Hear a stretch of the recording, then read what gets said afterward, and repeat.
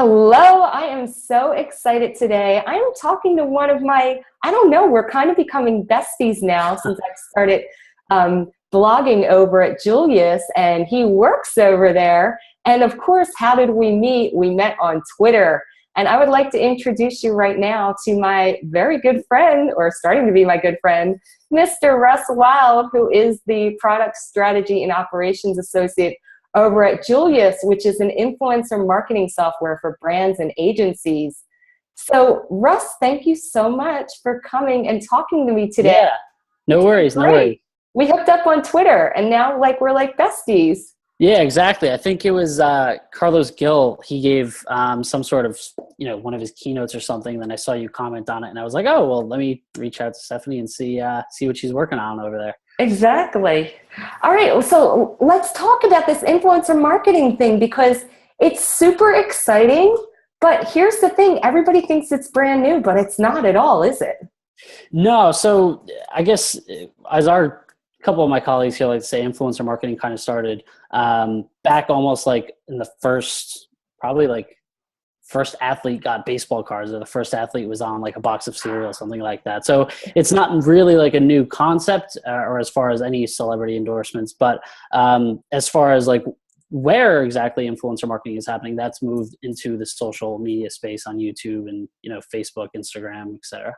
Yeah, exactly. With all of those social media tools that are out there, almost anyone can become an influencer. And that's exciting and scary at the same time, huh? Yeah, exactly. Well, there's some people like to say like, your Snapchat, Instagram, or your Instagram models are, today's influencers. But, yeah, it goes a lot more deeper than that. And, influencer marketing sometimes takes on a dirty word or a negative connotation because people think, oh, it's just, those Instagram models posting fit tea or whatever right. Whatever. Yeah, that one's everywhere. But it's much deeper than that. And it goes, really plays into content marketing and brand awareness strategies for a lot of companies out there. Yeah, so why don't we start there for people in the audience who don't know exactly what is influencer marketing and why is everyone talking about it? So influencer marketing, I guess a standard definition would be anytime a brand is going to be leveraging experts, creators, celebrities, or anybody with some sort of social media presence to spread brand awareness or spread some sort of message. What comes of that is ties to that actual influencer and the influencer's audiences really affiliate with that individual. And so you kind of want to leverage that relationship between creator and audience and kind of insert yourself into that as a brand.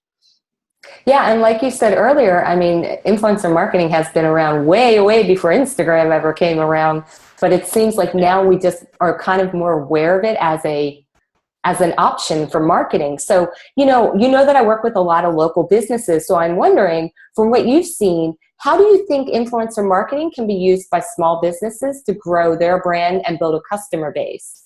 Yeah. So, a lot of businesses and a lot of people we speak with think that influencer marketing is only for your, top consumer products or brands with like millions of dollars, allocated towards marketing budgets.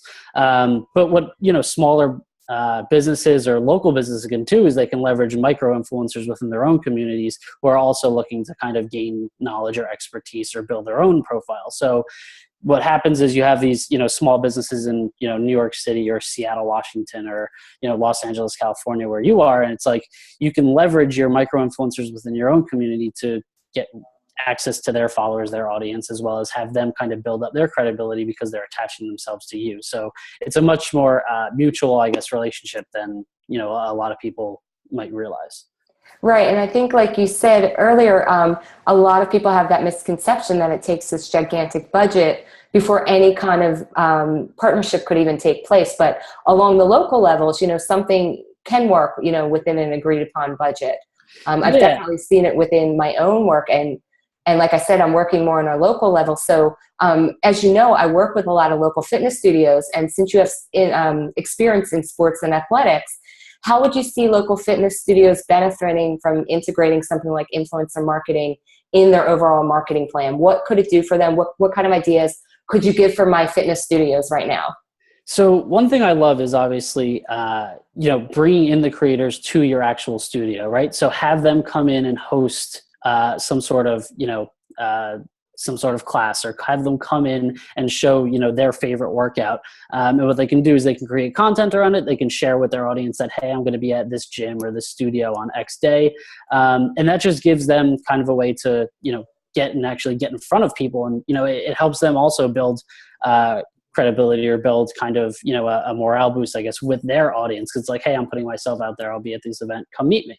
And obviously if you're following somebody, you have an affinity towards them. So one way is obviously is inviting them to your actual studio to teach a class or teach some sort of program.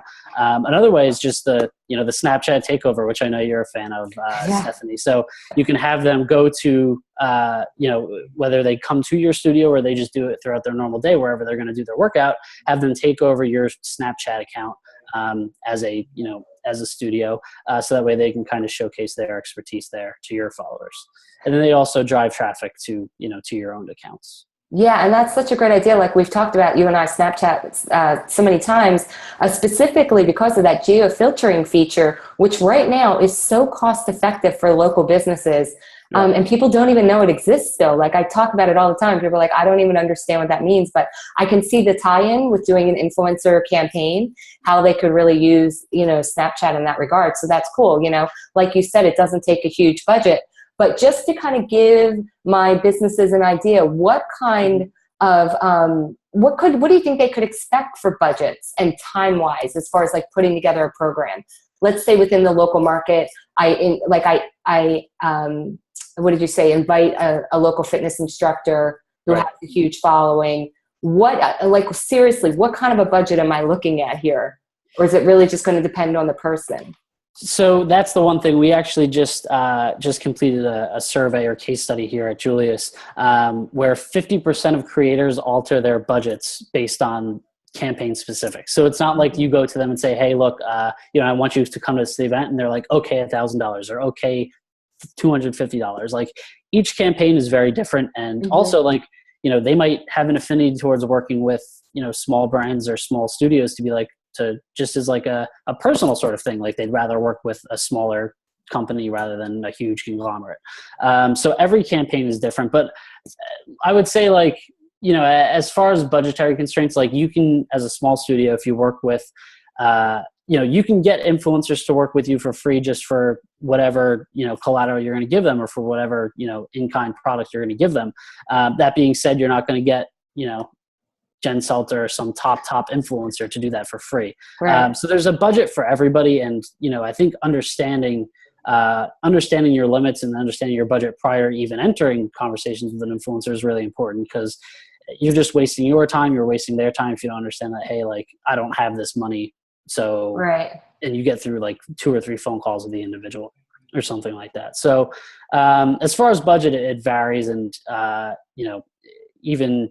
even big companies deal with this, right? Like whether they're going to buy or purchase, or work with an influencer for X amount of posts or something like that.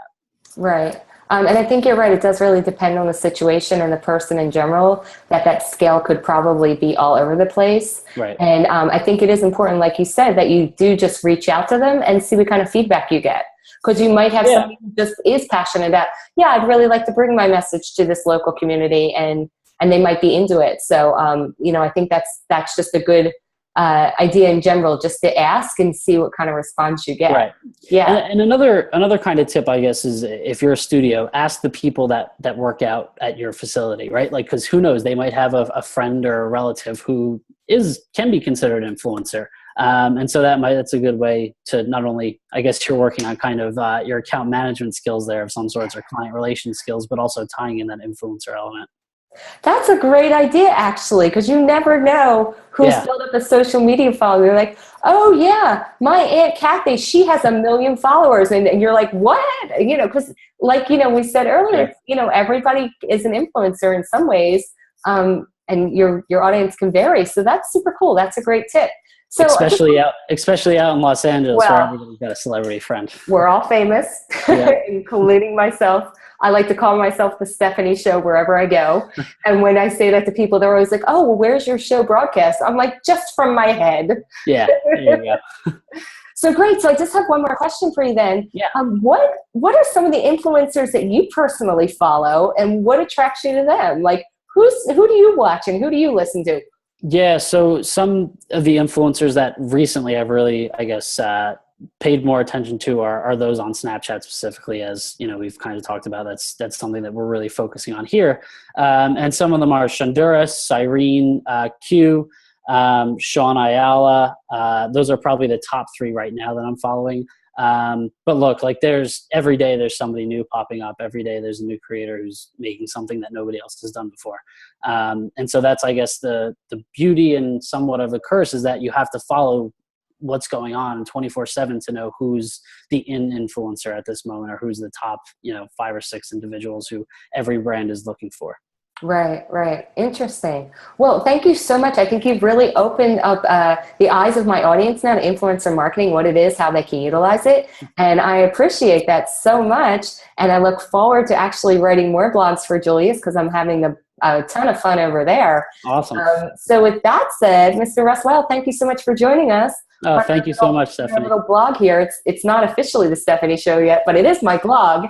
So I appreciate it, and I look forward to speaking with you in the future about some more projects we can do together. Thank you so much. Really appreciate it. Thank you.